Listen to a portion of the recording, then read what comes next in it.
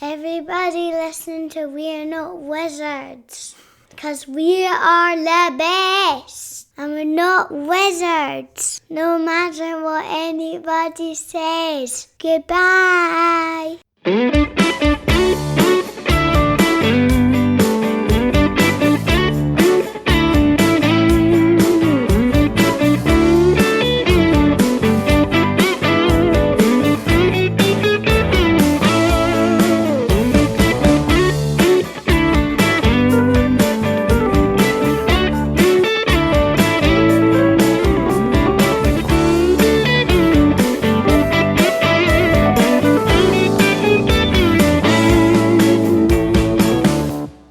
Hello and welcome to another episode of We're Not Wizards. My name's Richard. I'll be your host for March.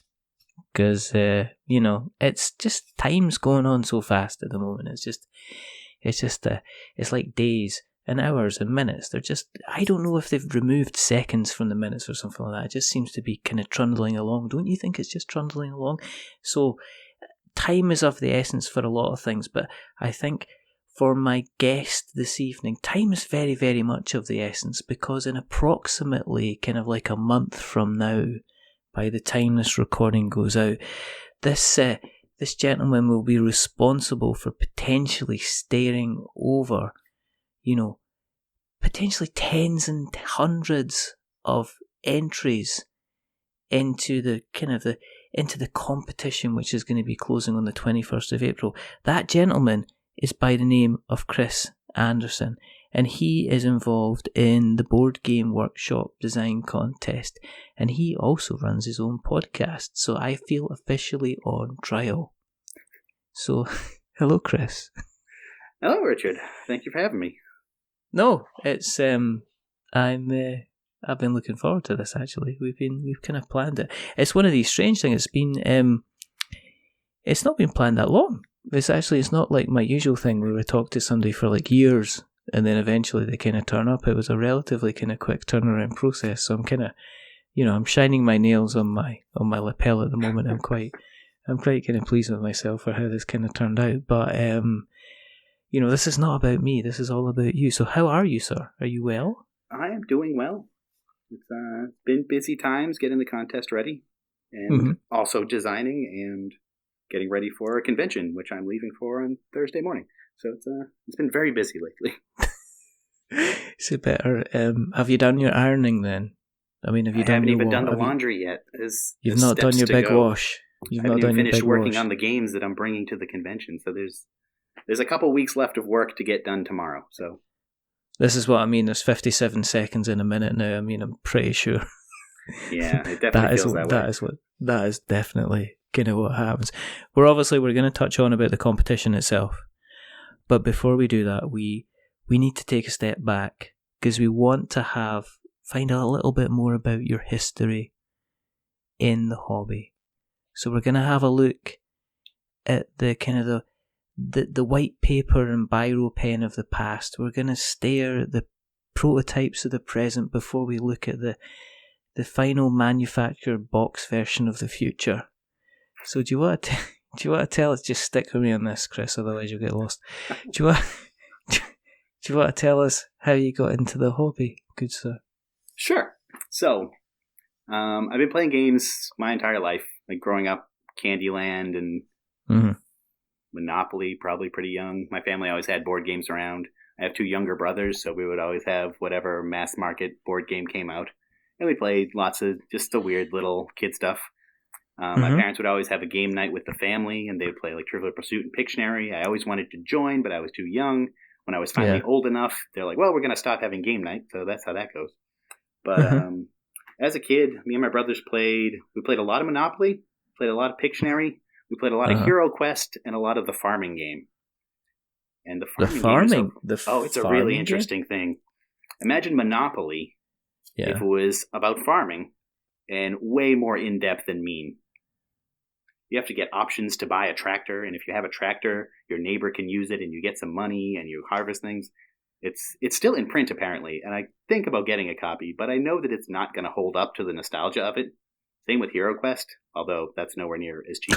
Oh, you lie about Hero Quest. You watch your mouth, young man, when you bring in Hero Quest. My Hero Quest was thrown away, so it's a sore point. Your Hero Quest was thrown away?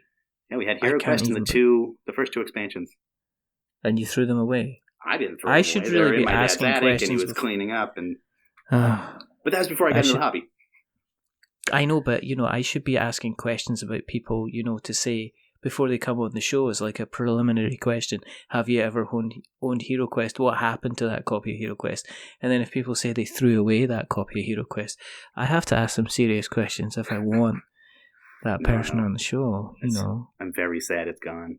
Actually, that's the first time I found Board Game Geek. That's kind of... So I slowly shifted in the hobby. I started playing Magic in middle school, so like 96. And I played Magic for a long time. And it's kind of board game adjacent. And again, like played Monopoly, played Hero Quest with my brothers. But it wasn't... It was still a slow thing. I started playing Race for the Galaxy with some Magic friends, but I wasn't aware of the hobby. They're like, oh, here's the game. And I knew that games existed. So I would just play with them.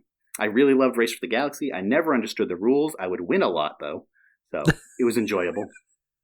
And then it was one day, one of my Magic friends, who I've known for a while, he said, oh, you want to come over to this friend's house and play some board games? I was like, sure, sounds like fun. So we played Eclipse. I had never played Eclipse before. I had never played a game anywhere near the level of Eclipse before. I fell in love with Eclipse immediately. The elegance of that game, where you, like the way you move pieces off to increase your taxes and your income, and just the way it gets a massive game, like it is a huge game, into a relatively compact time frame compared to what it is. It's not TI3.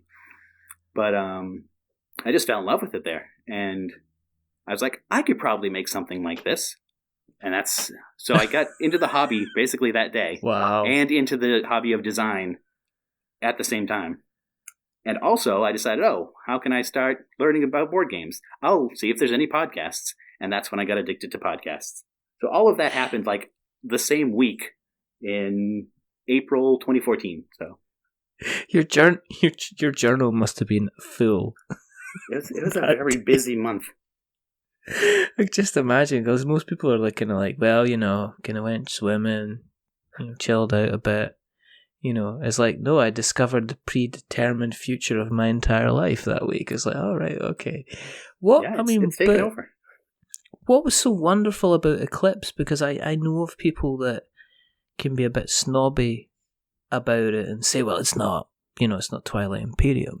It's like, it doesn't take 11 hours and kind of like, 300 calories to play the game. It's kind of like, I have, so I've heard that kind of thing, but I have heard people that are championing it in the corner, and I know that it came to Kickstarter quite recently on a reprint for Colossal Games, I believe, and it did quite well kind of on that. Did you reback it on Colossal when Colossal released on I did not. Kickstarter? My friend got the original.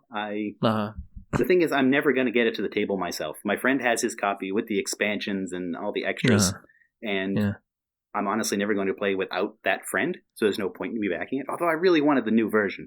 But I have the app on my iPad, which is a great app. It's a really clean implementation. You can get like a 3-player game against the AI done in half an hour. So I stick to that, but the new version looked great. I really did want it, but I can't justify that. Yeah, I mean, I think it was quite expensive. Was it not well over into $100 or something like that? I seem to remember kind of looking at that, and there was also like a as you get nowadays, like a deluxe version where they kind of gold plate things, and I'm only joking. I'm obviously kidding about that, but there seems to be kind of like deluxe versions of a game where the deluxe version isn't always. It doesn't add an awful lot more to the game, because you can't add an awful lot more to the game with a deluxe version, if you know what I mean. You can only add gold leaf to the figures. You can only kind of upgrade the upgrade the components to resin stuff with diamonds. You can't effectively say, okay, we're going to add in an additional mechanic that changes the game, because otherwise that would effectively kind of ruin your Kickstarter campaign. But yeah, I think the original one, they just did extra. They did extra ships. Like their base game was the boring ships. Then you got the good ships if you went all in. Yeah. I mean, friend of the show, Frank West, who did City of Kings, he's a huge fan of Eclipse. And he says, we used to kind of like, we used to get people kind of coming round, and they would have we'd have lunch, and we'd set the game up at like 9 o'clock in the morning. We'd play through, we'd chat, and people would come back and they would take their turn, and then people would have their lunch, and then they would, the entire game would probably take an entire day to play, but we had kind of like a kind of a good leisurely time kind of playing on it. So they had kind of like a lot of fun. It's a game I'd be interested in playing again. For me, it's always a little bit of a time commitment. But playing that game, did that sink you down the lines of wanting to design a particular style of game? And was the first games that you were looking to design, was it kind of like Eclipse-like? Were you looking to design something of that elegance and kind of grandeur almost? So, kind of. There's definitely a massive influence from Eclipse because I hadn't really played anything else. Like I said, I grew up playing Magic, which Magic has instilled in me a love of very detailed rules that can work at the tournament level. So whenever I'm writing rules, I'm like, I have to cover every single edge case, and it's very time consuming. But the first thing I tried to design, imagine kind of like Risk meets Eclipse, but very, very slow. It was so bad. It was such an absolutely terrible design. I spent a lot of time writing it up and coming up with rules, and there are all different factions, and you could build your buildings and your ships and travel around and have this war. And then I finally, after spending weeks writing the rules and building the prototype, not having tested a single thing yet, I finally get to play it. After 45 minutes of not even running into my opponent because the board was too big and everything moved too slowly, I was like, oh, this is actually really, really bad. And I kind of abandoned that, went to my next design, which was Space Station Disaster, which I released the print and play and got some traction on. Some people printed out and enjoyed it. That's a much lighter, family-friendly, like half-hour tile-laying, card-collecting game, which I would like to get back to and finish. I don't consider it done.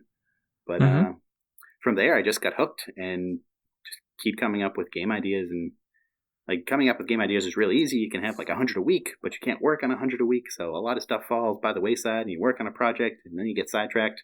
And I tend to not finish things, so it's a very busy hobby.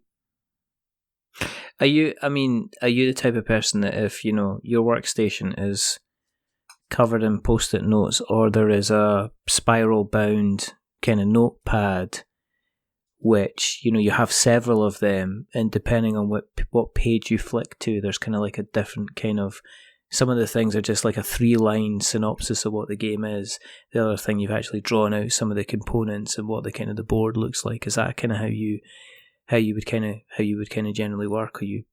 So I keep it all digital, so it doesn't take up as much physical space. But I started. Originally, I was just keeping notes on my phone, and then when I was on like my third note file with hundreds and hundreds of lines of text, I was like, I should probably organize this in some way that is not just one single long note. So I started using this website called Airtable that does databases online and like saves it in the cloud and stuff, and you can set it up. So I set up a thing on that. So now I throw ideas in there and just usually write down a quick blurb about the idea and a couple tags about like what kind of mechanics or theme it has. And that's great for getting the ideas down. But I almost never have time to go back to them because, like I said, you have 10, 20 ideas a week, and you can't work on any of them because you're still trying to finish the one you had 2 months ago. And then I'll build up anything else, just write up a Word document about it and keep updating that, write out the rules, eventually get to prototyping.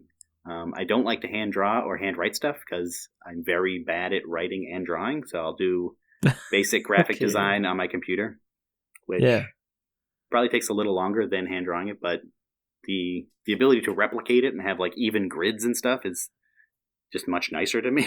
So, and then step by step. Yeah. Have you?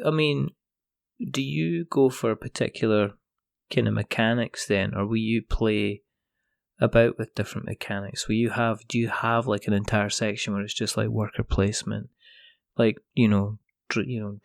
deck drafting, set collection? Are you that meticulous and kind of you just draw them down into kind of like different mechanics and when you're kind of doing the design stuff? I mean, I design from an idea first. So depending on what sparks it, usually it's podcasts. Like I said, I'm addicted to podcasts. I listen to far too many. But so they'll inspire me. Like someone's talking about a game I've played or a game I've never played, and they'll make some comment like, "Oh, I've never seen a deck building pirate game." I'm like, "Oh, a deck building pirate game? That's a thing." And then you have an idea about that. You write down a note. Maybe it turns into something else, and then whatever you write down, then it iterates and iterates and iterates, and before you know it, there's nothing about deck building or pirates, but eventually you have some game. So I'll go all over the place. I like to play pretty much everything as long as it's not tedious, which that's my big thing is I like elegant games. I think that was the whole thing with Eclipse that grabbed me so much was it played so smoothly for what it is. Yes, it's a multi-hour table hog of a game, but it's a smooth multi-hour table hog. Yeah. Do you then find that what's your view? I mean, do you kind of then, if you're all constantly thinking about ideas for games and you try to constantly develop them, do you then make sure that you're still getting time to actually sit down at the table and play games as often as you can, or does that get sacrificed a little bit? Oh, that gets sacrificed a lot. I almost never play published games. I have usually 3 playtest meetups a month. So I'm playing lots of prototypes with my groups, which is great. Yeah. And when I go to conventions, I'll play some published games, but also make a lot of time for playing prototypes with my friends or demoing stuff I'm working on. So I play much more unpublished games than published games, which I keep buying the published games. So that's another thing I got to try and work on for space and cash limitations. But yeah, I have this hope that I'm going to play those games. I think you're.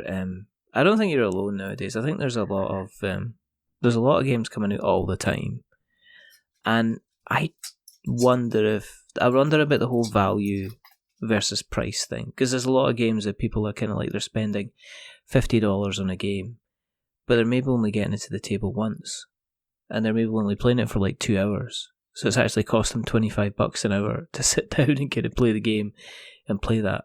And I've seen a lot of people recently say, "No, I'm cutting back," or they're not cutting back, or they're going into the cupboard and they're holding on to the games that are important to them for nostalgia reasons because they trigger memories, but they're getting rid of other games that they bought at the time because they felt they had to owe them, otherwise they'd be missing out, kind of thing. And I've seen a lot of people I've seen very popular games ending up kind of on culling lists for people, you know. Yeah, I think a lot of it for me personally has to do with this hope. Like you see a new game, it looks exciting. You're like, oh, I love that theme. I love that mechanic. I love that art. The designer's a friend of mine. Like, that's great. I love everything about that. I'm going to enjoy that game. And I hope I have time to play it. And you just don't. It shows up, 6 months to a year later. You're like, oh, right, that game. That's great. I have 400 others that I haven't gotten to yet. And then eventually you run out of shelf space and you start giving away games in your game design contest to try and save space. Yeah, do you find that the kind of the perceived value of a game is kind of slipped so far down the scale that it doesn't really matter to you if you do end up kind of gifting it to somebody, or, for myself personally, I have kind of dropped games round at the local kind of, thrift store, kind of charity shop, just because I'm kind of like, well, I could keep it, but I know it's never ever going to probably get played, or I have played it once or twice, and there's a reason that I haven't gone back to it again in 6 months. Whereas there are games that I'm kind of like, well, I'm playing this all the time, but the reason I'm playing it all the time is because it's really kind of grabbed me, and it's giving me the impetus to go back and kind of play it again, kind of again and again and again. Do you then find that with you constantly working on games that are play tested, and with you obviously keeping your toe in the hobby, do you ever see kind of like the two kind of mingle in terms of mechanics when people are talking about, if people are talking about root, you're kind of like find that sometimes mechanics from games that you're play testing, it's like, oh, well, this is just like this game that's come out that's been published. Do you ever find like a cross-pollination between those two things? You're sometimes play testing something that's kind of currently very, very hot and very, very popular. Yeah, I mean, there's tons of overlap. There's so many games coming out now. It's hard not to hit overlap.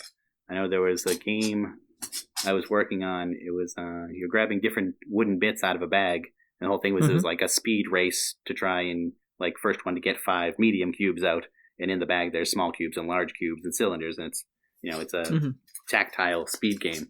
And I was designing it for a game crafter contest, and then going through and playing it, people were like, oh yeah, this worked really well. I was going to add a theme of like robots on it and try to get pieces. And then I went to Target, and we see this game called the Sock Game, which is a bunch of random items in a sock that you have to pull out really fast. I'm like, oh, well, that's already been done. I can stop working on that. So it happens in lots of ways. Like sometimes you see almost your exact idea done faster or better, or sometimes worse, but quicker. So if it's too similar, it doesn't really matter if you're better. If you're the second one to market, everyone's going to look like, oh, well, you're just kind of doing the same thing. But yeah. In the wider way, there's also just finding the right mechanic for a game. Right now I'm working on an auction game called Comic Auction, where people are auctioning off comic books. And I was trying lots of different systems for the auction and the economy, and one of the biggest problems I was having was people needed a way to get more money in the game. Like they were spending all their money on an auction and then just sitting there till the end to score, which, while maybe the right choice, was a really boring choice. So, and then I've been playing the game Neuheimat, which has been recently re-released as The Estates, which, if anyone's familiar with it, has a closed auction where the auctioneer is the one who gets the money, or they can pay the person, the high bidder, for the piece that was auctioned off. So I took that auction mechanic and put it in the comic auction, and it's worked incredibly well because it adds this wonderful tension to every auction where you can be bidding up to try and get someone else to bid higher, or you can be bidding up to get it, or you can be bidding up because you think the auctioneer will pay you for it. So you're like, oh, $5 for that pile of comics. And they're like, no, I don't care. And then you just paid $5 for comics you don't want. So it worked really well with that, and it's smooth and keeps the economy flowing. So even if you run out of money, it's just until your next turn, you're almost guaranteed to get some money. Do you, with games like that, do you find yourself kind of looking to kind of enter in kind of design contests yourself? I mean, have you entered into, like, say, Cardboard Edison and competitions like that in terms of your designs? So I used to. I entered Cardboard Edison once. I entered a couple of the Button Shy contests, which actually got something published, and started my relationship with Button Shy, which is a whole other sector of my game design. But I did some Game Crafter contests, and I was very big into contests for a while, to the point where I was doing so many contests that I couldn't ever work on a game. I would work up 80% of a game for the contest, submit it, it wouldn't win the contest, and then I'd start another game for another contest, and I'd never go back and finish things. So I had a lot of partially finished designs piling up. So I finally, just for scheduling reasons, slowed down, like, okay, I can't be entering all these contests. And then around that time, I started, like, I was more into the industry. I knew more people. So then I started judging contests.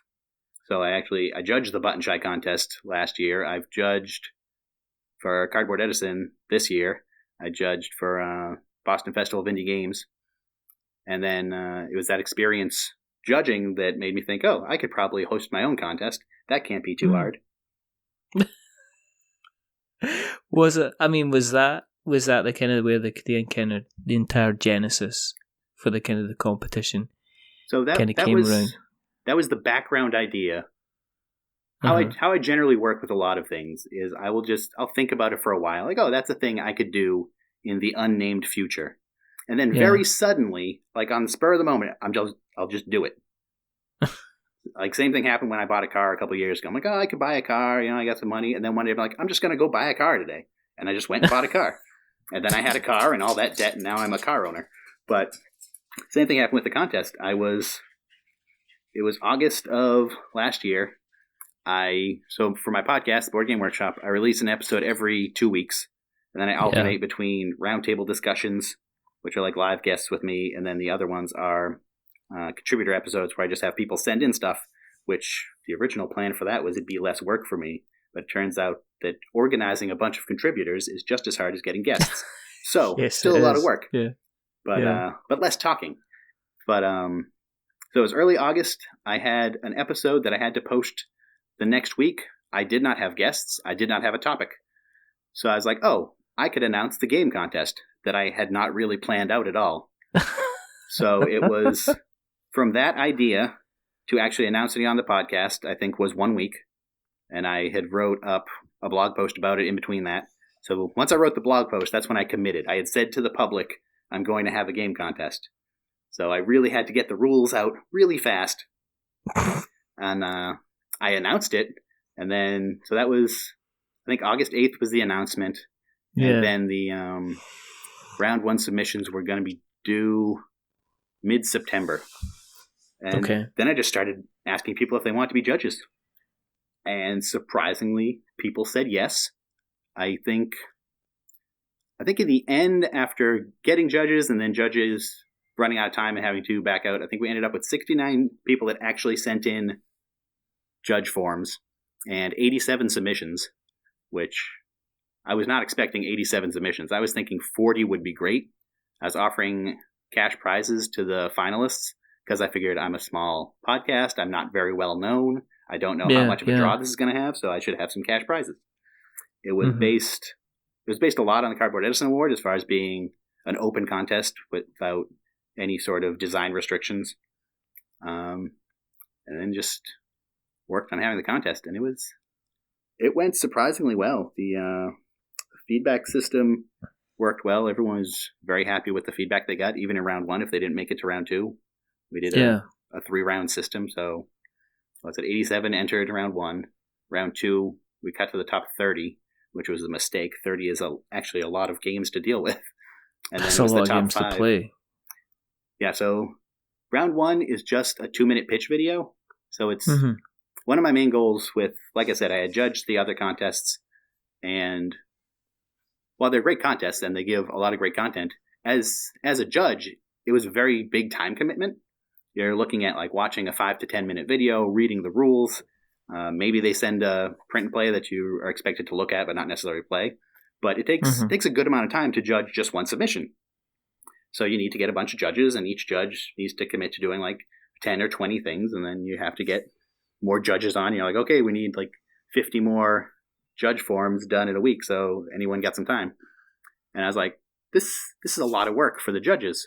So my goal, again, being a new contest, I didn't want it to be hard for the judges. So like, I'll do 2-minute videos, and that's it. You got to watch the video, and then I did like a short description just so people know which videos they want to watch.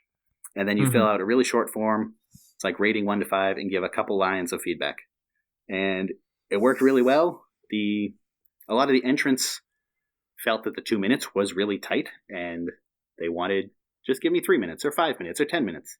But the 2 minutes, I think, is really important for letting the judges get through a lot. So for that first year, we ended up having 2 judges, Calvin Wong and Anna Maria Jackson Phelps. They judged all 87 in round 1. Anna Maria actually judged all 87 in round 1, all 29 in round 2, and all 5 in round 3. So she judged every game in every round, which I didn't even get anywhere near that. I think I did 13 the first round and 1 in the second round. But yeah, I think I really streamlined it so it was really easy for judges. And my goal this year is to refine that. So I've made the judging process is pretty similar. It's still a 2-minute video, and it takes about 5 minutes to judge an entry. So if anyone is interested in being a judge and you have 5 minutes free from May 1st to June 28th, you can be a judge. That's all it takes. Go to theboardgameworkshop.com and you can find out more.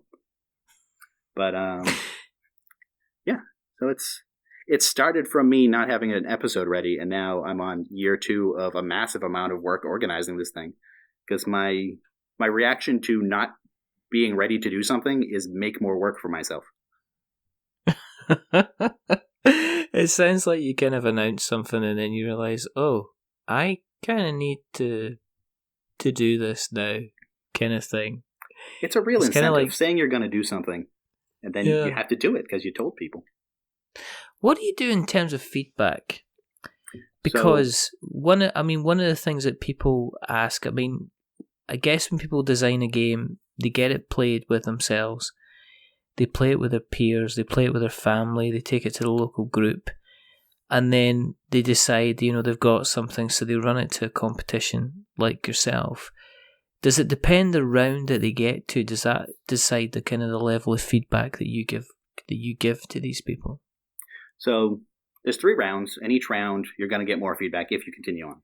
So the first round is the 2-minute video and the short description. So the judges don't have a lot to go on, depending on how you make your video. We had 87 submissions, and they ran the gamut. Some were just a person talking to their phone. Others were like a fully produced, animated, like commercial for the game. Neither of those ended up winning. It was stuff in the middle, because people do dig in, and they're looking for good content. They're looking for interesting things. The way I have the judging set up, it focuses on innovation and elegance. So if you're doing something new and exciting, and you're doing it smoothly, that definitely gives you more points than just like, even if you're doing something that's really well produced, if it's just the same old thing that we've seen 11 times before, it's not going to score as highly. So the scores are based on just strict 1 to 5 ratings in a couple of different categories like innovation and elegance. But the feedback is just an open written feedback from the judge.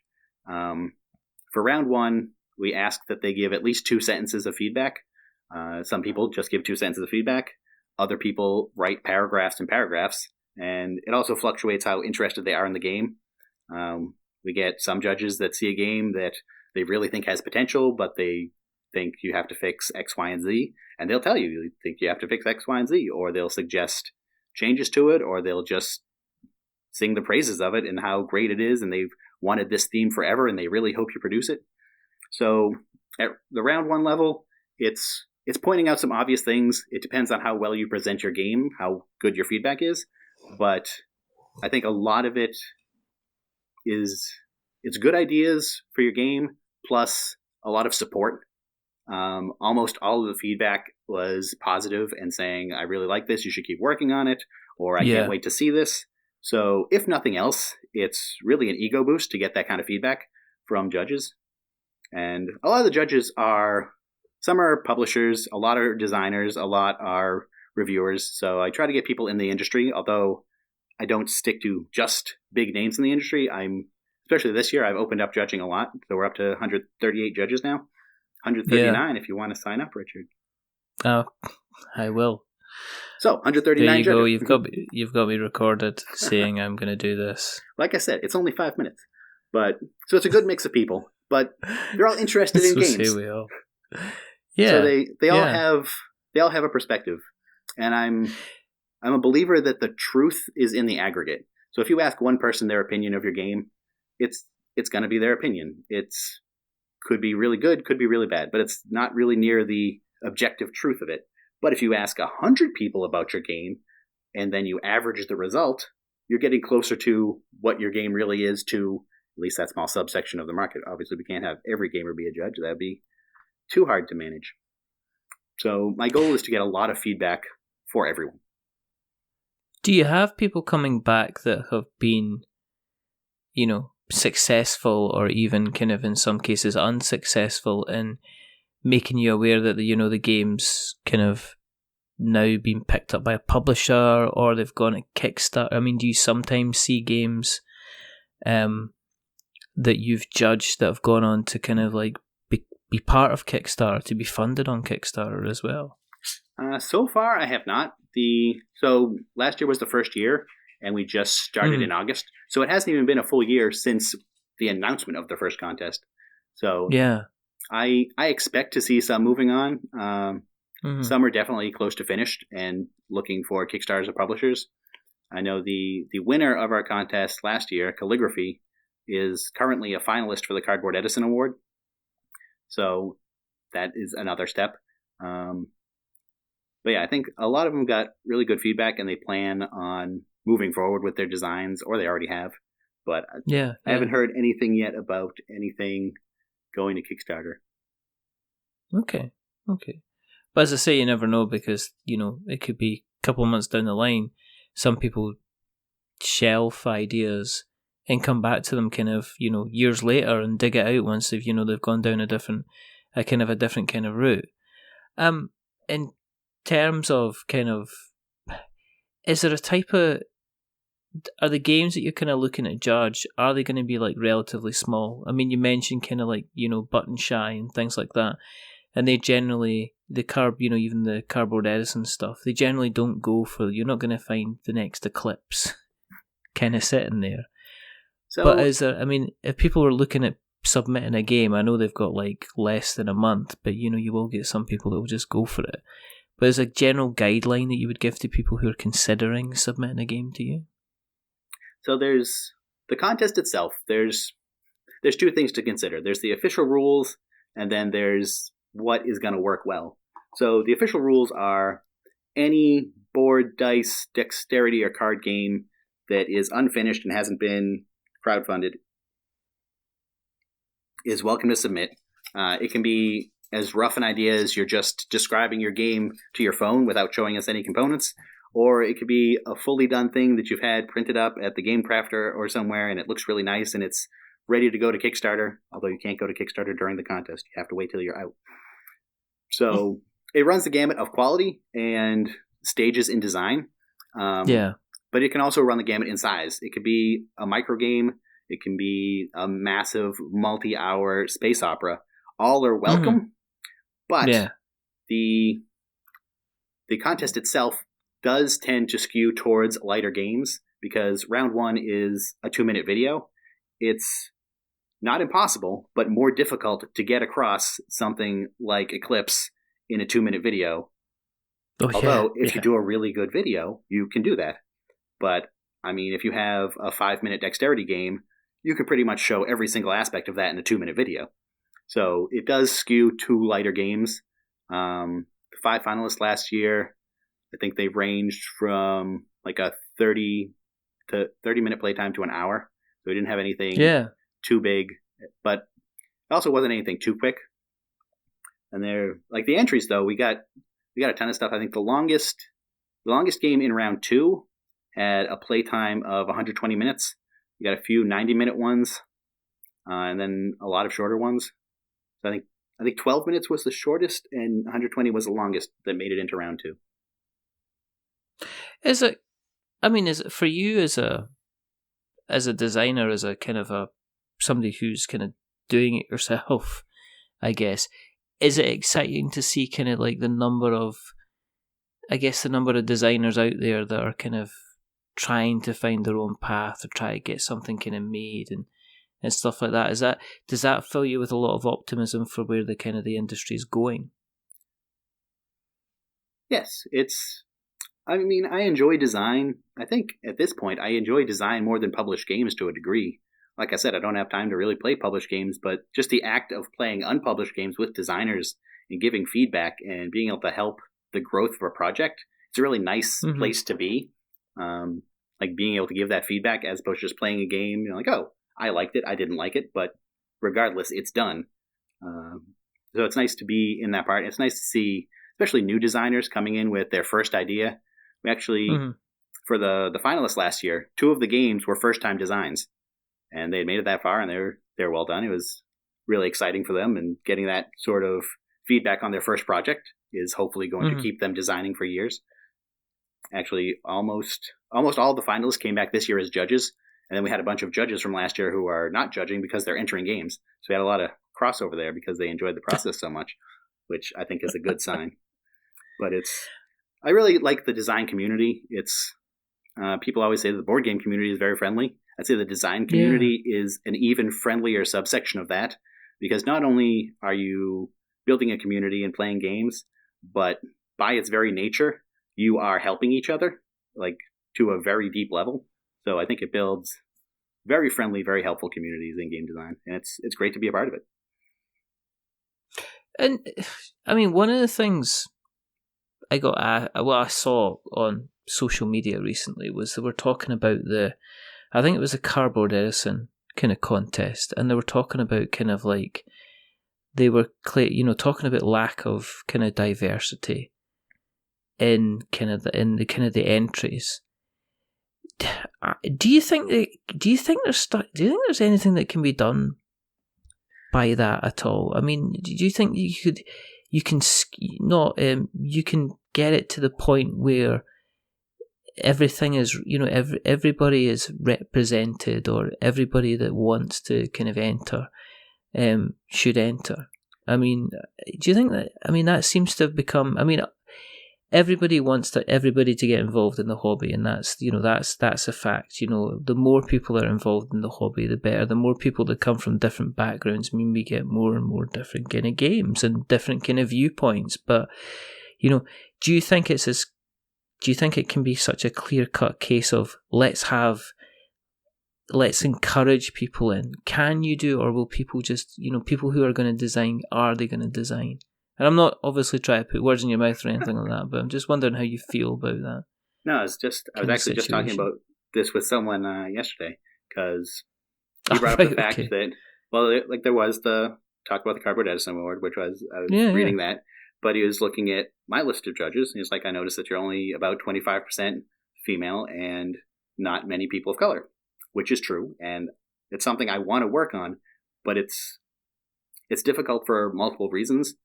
As was brought up in the conversation about the Cardboard Edison Award, there are different social and financial limitations to being in this hobby. It is a hobby that involves disposable time and income, which predominantly is not something available to a lot of women and people of color for a variety of socioeconomic reasons. And that is a very difficult thing to overcome, and something that should be overcome, but that is not a simple answer. But so I think that is one of the issues at play here, and then you're shrinking the demographics that are in board gaming as a whole, and a subsection of those are going to go on to design, and a subsection of those are going to go on to be involved in a contest. So you're constantly making these cuts, and at each level, you're losing certain groups of people that can't be involved for various reasons. I think getting more marginalized people to enter contests, I think one way to help that is to have them better represented in the judge pool, which again it's not the easiest thing to do. So like I was saying, my judge pool currently is only 25% female, but it's 38 female presenting judges instead of, I think Cardboard Edison had about 8, because I think Cardboard Edison had less than 50 judges this year, or less than 60, but I'm up to 138 judges. So percentage-wise, it's not looking great, but overall numbers, there are a lot more women judging because there are a lot more people. Yeah. But I think one way I'm trying to make it easier for people to judge, and thus get representation so that it's more interesting for people to enter, is by making the judging process as easy as possible. Like I said, time commitment is a really hard thing for a lot of people, especially if maybe you don't have a lot of free time to put into game design or judging. So it really does only take about 5 minutes to judge one entry. And if you can judge one entry, you're a judge. That's all it takes. Obviously, we need to average judging more than one entry each if we want to get everything done. So I'm very happy for some judges like Anna Maria and Calvin, who are going to try and judge every game this year too. Although if we get too many, they might not make it. So we get a mix of the people that have the time to put in a lot of work on it, and people that just want to put in a little work. But even that little amount of work is that person being represented and showing that other people like them can do it. So I really encourage anyone who is interested in judging or entering to look into the contest. I try to make it as easy as possible. There's a $5 entry fee, which I'm happy to waive if that's an issue for anyone, because this contest is not in any way about making the money. The money is just there to kind of keep the lights on for the website and organize things and stop people from just throwing a bunch of crap in, because if it's free to enter, some people just want to throw in 100 games. No, absolutely. No, I'm not trying to put you on blast or anything, Chris. I know it's a difficult subject to kind of tackle, and you can't expect, one person running, one competition when there's so many other kind of competitions out there. Right, but to be able to wave a magic wand, Yeah, and absolutely. So that brings up the other thought I have in this subject, which, again, I'm a white guy, so take this with a grain of salt. But I think that better outreach for marginalized communities comes from people within that community. I am not directly connected to these communities, so I only have so much of a reach. So I think people inside those communities that are interested need to reach out to those communities and help from the inside. Yeah. No, it's as I say, it's a complicated question, and there's no kind of one kind of direct answer. In terms of the competition, kind of going forward and kind of expanding it, are you just kind of naturally, kind of organically, kind of just going to let it kind of grow as it is? Are you considering different ways of expanding the competition to have them kind of focused maybe on like a judging a bigger kind of box game and having them off to one side, kind of allowing people to maybe who are thinking, because I think you're right. I mean, there are kind of like your Button Shies and your Cardboard Edisons of this world, and as you say, even your own games, the own competition, you end up kind of concentrating on the smaller games just by, sometimes by default because of how easy it is to explain to them. Have you thought about kind of like saying, well, let's run the really big, silly, huge, big box competition of fun, and I'm copywriting that before you steal it, just in case you consider doing that. Well, for this year, one thing I was toying with, which I didn't implement, but perhaps next year, was so I want to keep it as an open contest where all different types of games are competing. But I was thinking of when people submit their game, checking off a couple of categories, possibly by weight or time or mechanics, and just have some sort of categorization when they enter. And then round 1, everyone would be judged as normal.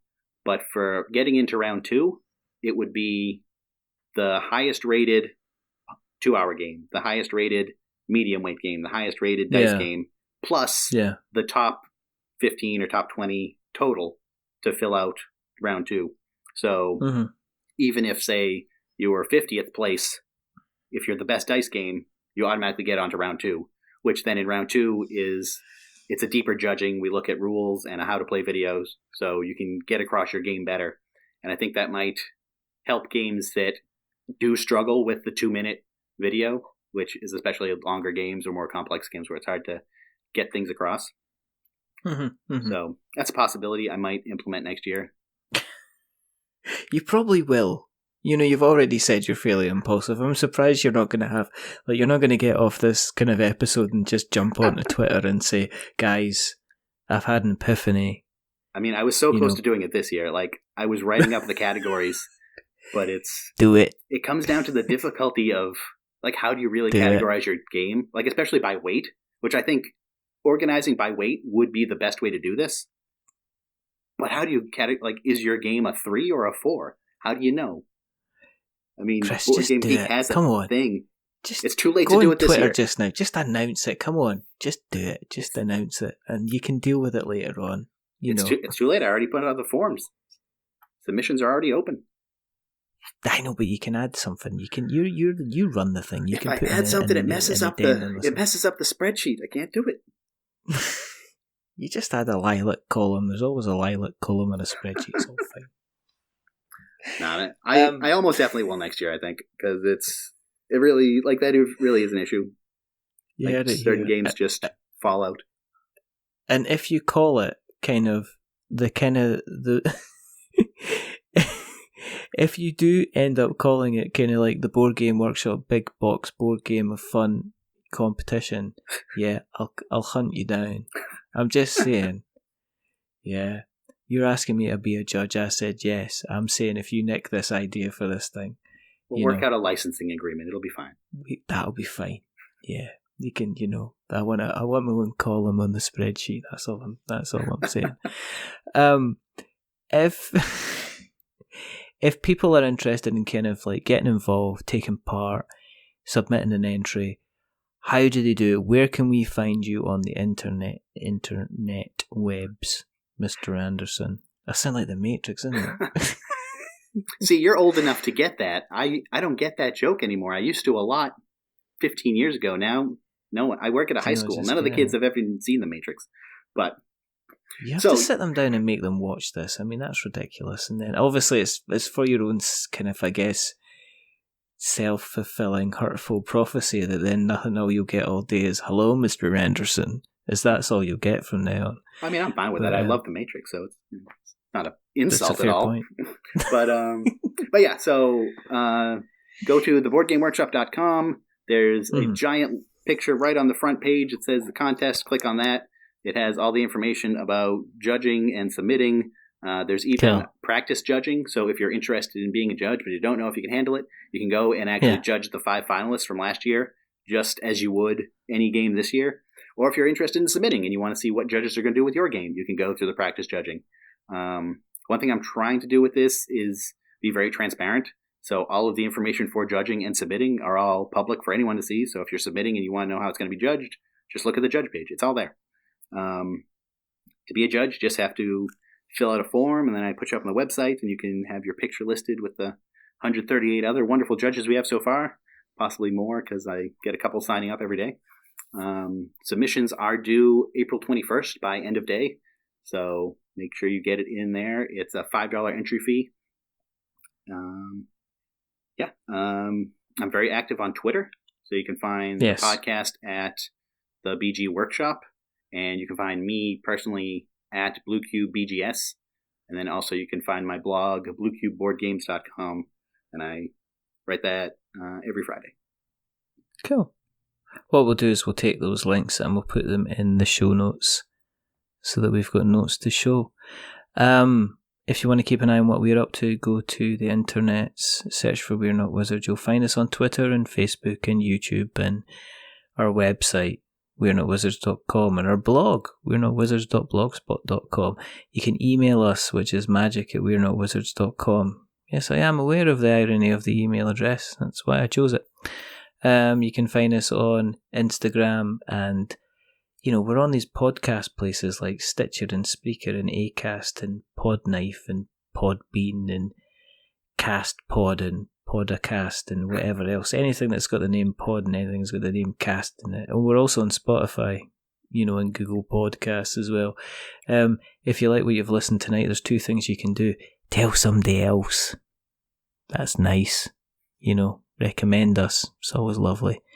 And the second thing you can do is you can go to Apple Podcasts and you can give us a subscription, because that makes sure that all the baby foxes are okay, kind of. And the other thing you can do is you can give us a rating or a review. I'm not threatening baby foxes, I like to point that out. It just came off the top of my head. I've no idea where it came from. Don't at me. You can go and give us a rating or a review on Apple Podcasts. If you are going to be giving us a rating or a review, don't give us 10 stars because it makes me big-headed. But don't give us 1 star because it makes me cry. And I'm getting older, and the older I get, the uglier I cry. Give us something in the middle, like a 5, because it's average, and we're just a little bit average. But the person who has not been average tonight is a rather wonderful, rather fantastic, the competition running, board game idea designing man that is Mr. Chris Anderson. Thank you very much. It's so weird to listen to you in real time because I listen to podcasts at triple speed. It must be. But I can talk really fast if you want to. There's only 2 more things to do. Just mess this up for you. It's only 2 more things to do. The first thing to say, remember that we are many things when always are we Wizards, Chris? Never once. Fantastic. And the second thing is to say goodbye. So I could slow it down so it's their next thing is to say goodbye, Chris. Say goodbye, Chris. Goodbye. That'll sound normal to me when I listen to this. That'll be fantastic. And and it's a goodbye from me. Remember, stay safe, roll 6s, and you got time, if you've got that bit of cardboard, that collection of cardboard sitting there, and you're thinking about, what, I should really do something with this, and you've got a phone, and you can make a little video, and you can make it for 2 minutes, then you can get in contact with Chris, and you can enter into the competition, and you never know unless you try. But until the next time, goodbye.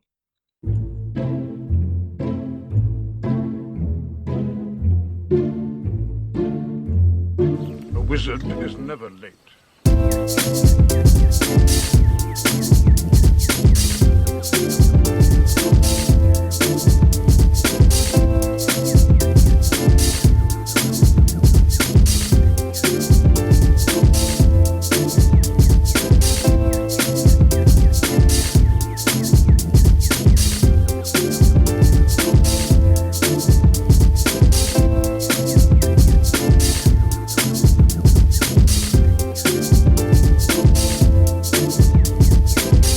Nor is he early. He arrives precisely when he means to.